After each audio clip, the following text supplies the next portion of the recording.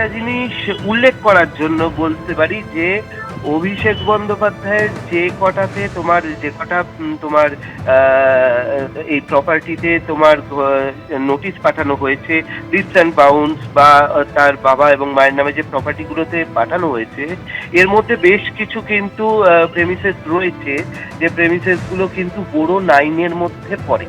খুব উল্লেখযোগ্য এটা যে বোরো 9 এর মধ্যে বেশ কিছু কিন্তু এই জায়গাগুলো পড়ে এবং কালকে এই নোটিশ পাঠানো হয়েছিল। আজকে যেটা দেখা যাচ্ছে যে আজকে তোমার একটা দেবলীনা বিশ্বাস তিনি কিছুক্ষণ আগে তিনি একটা পদত্যাগপত্র পাঠিয়েছেন। সেই পদত্যাগপত্র তিনি পুরসভার চেয়ারপারসন অর্থাৎ মালা রায়ের কাছেই পাঠিয়েছিলেন, কিন্তু মালা রায় আজকে যেহেতু ছিলেন না সেই জন্য এটা গৃহীত হয়নি। কিন্তু পদত্যাগপত্র নিয়ে তার প্রতিনিধি এসেছিল এবং তিনি জানাচ্ছেন যে রাজনৈতিক কারণে তিনি পদত্যাগ করতে চান। তিনি পুরো প্রতিনিধি হিসেবে কাজ চালিয়ে যাবেন, কিন্তু বড় চেয়ারপারসন হিসেবে তিনি পদত্যাগ করছেন। তো বড় চেয়ারপারসন হিসেবে তিনি পদত্যাগ করছেন, সবে আমরা জানি যে সরকার বদলেছে এবং বিভিন্ন ক্ষেত্রে কিন্তু পুরসভার সঙ্গে একটা এই নতুন যে সরকার তার একটা বিভিন্ন ক্ষেত্রে তোমার টাসেল একটা চলছে আমরা দেখতে পাচ্ছি। অনেক ক্ষেত্রেই এই যে যারা তোমার বিভিন্ন পুরসভার কাজকর্ম করে সেক্ষেত্রে টাকা আটকে দেওয়া হচ্ছে, একটা কমিটি তৈরি করা হচ্ছে, যে কমিটি টাকাগুলো পাস করাবে সমস্ত কিছু খতিয়ে দেখে করা হবে, এরকম একটা কমিটি তৈরি করা হয়েছে পুরো নগরায়ণ দপ্তর। তারপর এই অভিষেক বন্দ্যোপাধ্যায় সংক্রান্ত বিভিন্ন জায়গায় হচ্ছে চিঠি পাঠানো হচ্ছে। তো এই একটা যখন টানাপোড়েন চলছে তার মাঝখানে বোরো 9 এর চেয়ারপারসন তিনি যে পদত্যাগপত্র ইচ্ছে প্রকাশ করলেন সেটাও যথেষ্ট গুরুত্বপূর্ণ। ধন্যবাদ।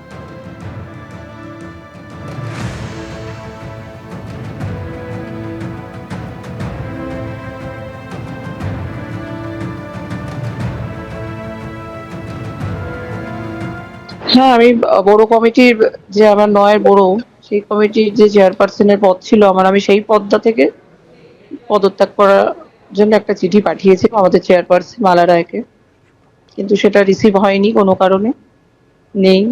এই সিদ্ধান্ত, আমি কাউন্সিলর থাকবো এলাকার মানুষের কাজের জন্য, কিন্তু আমার নিজের মনে হয় যে ওই চেয়ারটাতে বসে এখন কি আর বলবো, এতদিন তো করেছি কিন্তু এখন সরে আসছে এখান থেকে। এটা সম্পূর্ণ দলগত কারণেই করছি।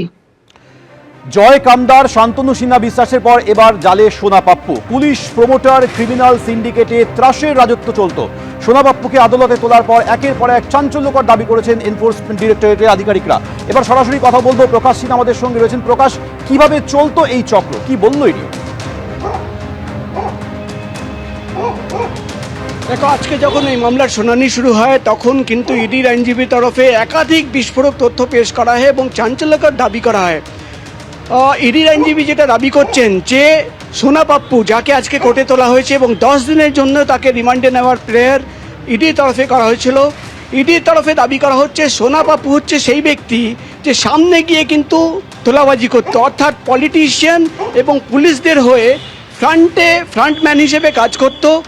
যাবতীয় প্রমোটারদের যারা বৃদ্ধ বয়সী অর্থাৎ সিনিয়র সিটিজেন তাদের টার্গেট করা হতো, তাদের জমি হাতিয়ে নেওয়ার জন্য তাদের টার্গেট করা হতো এবং তাদের হুমকি দেওয়ার কাজ, তাদের কাছ থেকে তোলাবাজি করার কাজ পুরোটাই করত কিন্তু সোনা পাপ্পু এবং তার সাগরেদরা।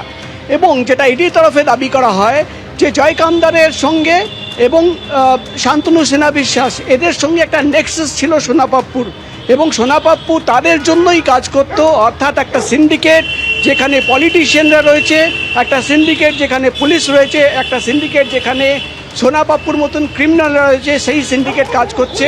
এবং দিনের পর দিন, বছরের পর বছর কলকাতার একাধিক ওয়ার্ডে তোলাবাজির ঘটনা ঘটেছে।